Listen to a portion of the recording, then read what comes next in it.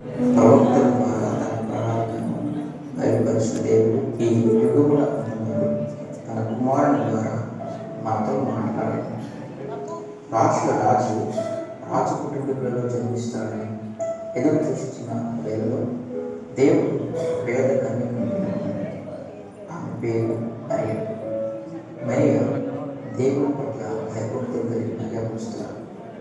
దేవుడు యవనస్తులను వాడడానికి ఎంతో ఇష్టపడు, అయితే వారు ఆయనకు తగిన పాత్రలుగా ఉండవు. మరియు యోసేపు అనే వ్యక్తికి ప్రధానం చేయబడి మరియను దర్శించటకు దేవుడు తన దూత అయిన గాబ్రియేలును ఆమె వద్దకు పంపాడు.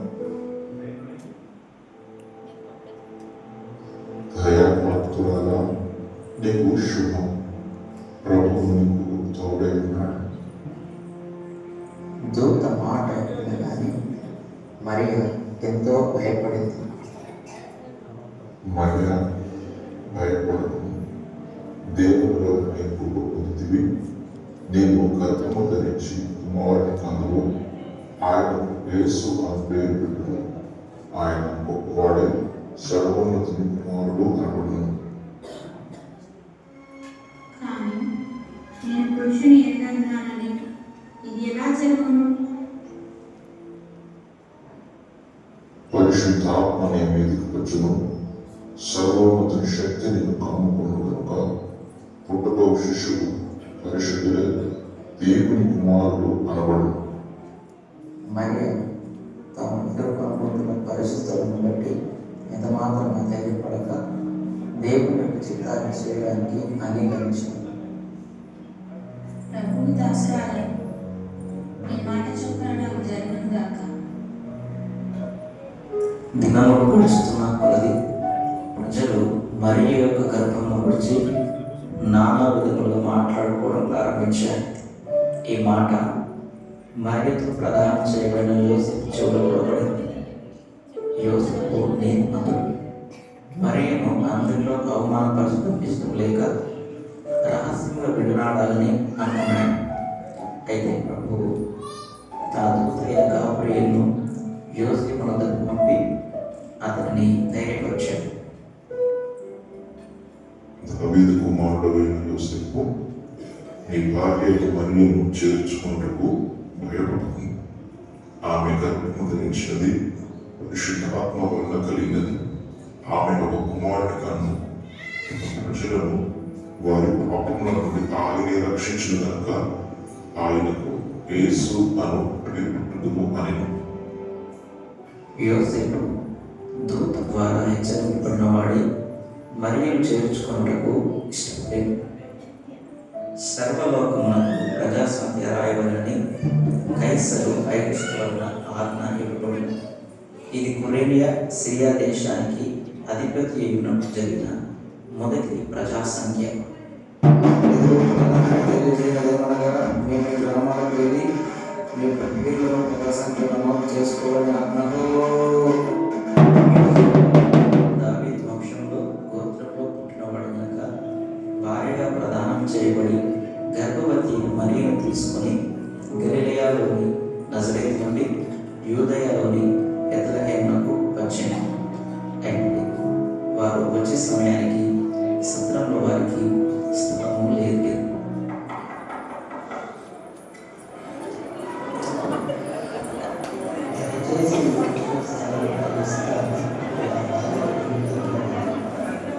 అయ్యో, ఇల్లంతా జనాలతో నింపబడింది, ఇక్కడ స్థలం లేదు.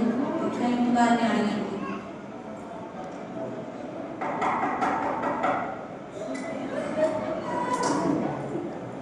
దయచేసి మీ ఇంట్లో స్థలం ఇస్తాను. నా బాధ్యతను గర్భవతి. ఇంట్లో చోటు లేదు.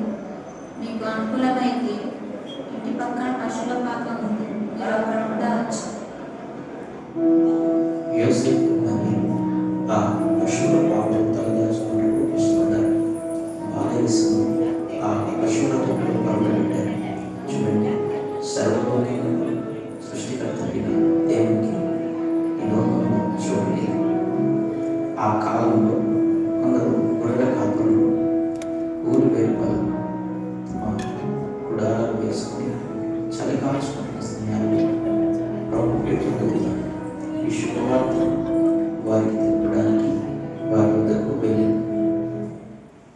దావీదు, రాజుగారు ఏదో కొత్త ఆజ్ఞ తీసుకొచ్చాడు రా.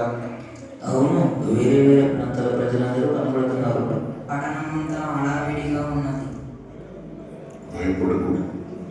ఇది ప్రజలందరికీ కలుగు మహా సంతోషకరమైన సువార్త మనం మీకు తెలియజేస్తున్నాం.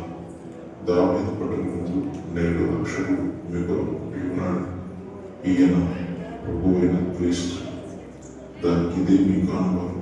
ఒక శిష్యుడు పొద్దుగుడలతో చుట్టబడి తొట్టిలో పండుకొనుట మీరు చూచండి. గొల్లలు ఈ శుభవార్త విని ఎంతో ఆశ్చర్యంతో సంతోషంతో నింపడ్డారు. వారు రాజుల రాజును ప్రభువులకు పోయిన ఆ బాలయేసును చూచుటకు బెత్లెహేముకు బయలుదేరారు. గొల్లలు బెత్లెహేము నుంచి బాలయేసును చూచి దేవుని మహిమపరిచారు. చాలా చక్కగా ఉన్నాడు. దేవుడు మనుషుల మధ్యలోనికి రావడం గొప్ప ఇంత. గొల్లలు తాము దేవుని కొరకు తీసుకొచ్చిన కానుకలు సమర్పించి పూజించి మ్రొక్కి దేవుని రక్షణ కార్యాన్ని బట్టి ఎంతో సంతోషంతో తిరిగి వారు వెళ్ళిపోయారు. ఆ కాలంలో దేశం జ్ఞానం యోగుల రాజుగా జన్మించిన వారిని వెతుకుతూ వచ్చారు. వారు నక్షత్రాన్ని వెంబడిస్తూ బెత్లెహేము వరకు వచ్చారు. అయితే వారు హేరోదు రాజు దగ్గరికి వచ్చి ఈ సమాచారాన్ని హేరోదు ద్వారా సాతాను యేసును చంప ప్రణాళికను వేసింది.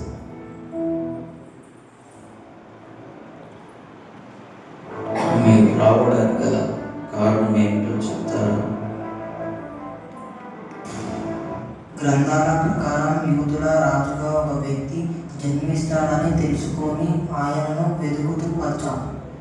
మేము నక్షత్రం సహాయంతో ఇక్కడి వరకు వచ్చాం, కానీ ఆయన ఎక్కడో చెప్తే మేము పూజించి వెళ్తాం. ఏ రోజులో సందేహం మొదలైంది. ఆయన వెంటనే శాస్త్రులు అనుమతించాడు. మీరు వెంటనే మన గ్రంథాలు వెతికి యోగుల రాజుగా పుట్టబోవాని గురించిన సమాచారం నాకు తెలుపుడి. మన ధర్మశాస్త్రం ప్రకారం మనలను నిరంతరం పాలించటకు ఒక రాజు వస్తాడని లేఖనాలు నాకు చెబుతున్నాయి మహాప్రభు. యూదా దేశపు బెత్లెహేమా, నీవు యూదా ప్రధానులలో ఎంతమాత్రము అల్పమైన ధనవు కావు. ఇశ్రాయేలును నా ప్రజలను పరిపాలించు అధిపతి నీ నుండి వచ్చును అని ప్రవక్త గ్రంథాలు మనకు బోధిస్తున్నాయి మహాప్రభు. ఈ మాటలు విన్న తరువాత హేరోదు జ్ఞానులు చెప్పిన స్థలమును తెలుసుకొని యేసును చంపివేయాలని ఆలోచన చేశాడు. మీరు వెళ్ళి గుర్తించండి, నేను ఆ గొప్ప రాజును పూజించడానికి సేవించడానికి నా కొరకు కూడా మీరు తిరిగి సమాచారం తీసుకురండి.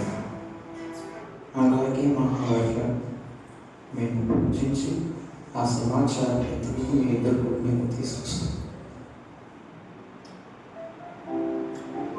ఆ జ్ఞానులు తిరిగి నక్షత్రం సహాయంతో పశువుల పాకలో ఉన్న బాలయేసును వెతుకుతూ వచ్చాడు. ఆయన చూసి వారితో సంతోషించి దేవుని మహిమపరిచాడు. జ్ఞానులు తాము తీసుకొచ్చిన బంగారము, గోళము, సామ్రాన్ని ఆ బాలయేసుకు సమర్పించి ఆయనను పూజించారు. తిరిగి దూత ద్వారా వారు హెచ్చరింపబడి హేరోదుకు వెళ్లకుండా వారు తమ దేశానికి ప్రయాణమై వెళ్ళిపోయారు. ఈ విధముగా దేవుడు మానవుల పట్ల కలిగి ఉన్న రక్షణ కార్యాన్ని ప్రారంభించాడు. యేసు దేవుని దయకు మనుషుల దయకు ఎదిగి వర్ధిల్లుతూ వచ్చాడు. ఆయన ఈ లోకంలోకి మానవుల పాపాలన్నిటి నుండి వారిని పెట్టించి రక్షించడానికి మరియు దేవుడు మనందరినీ ప్రేమిస్తున్న ఒక గొప్ప తండ్రిగా ఉన్నాడనే గొప్ప సత్యాన్ని తెలియజేయడానికి ఈ లోకంలోకి వచ్చాడు. అయితే నేడు యేసు మన హృదయాల్లో జన్మించాడు. అలా జన్మించినప్పుడు అది నిజమైన క్రిస్మస్. మీ హృదయాలు ఆ ప్రభు అయిన యేసుకు అర్పిస్తారని కోరుకుంటున్నాను. ఈ స్కిట్ ద్వారా యేసు ప్రభుల వారి యొక్క జన్మదిన విశిష్టతను వీళ్ళందరూ తెలుసుకున్నారని భావిస్తున్నాను. సమస్తమైన మహిమ, ఘనత, ప్రభావం మన ప్రభు అయిన యేసుకే చెల్లును గాక. ఆమేన్.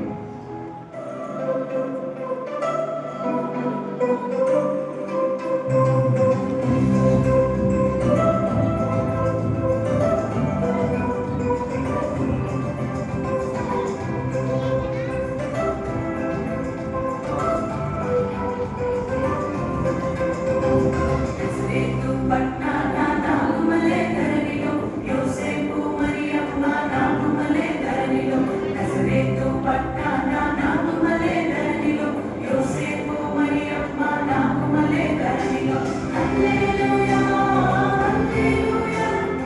hallelujah, hallelujah.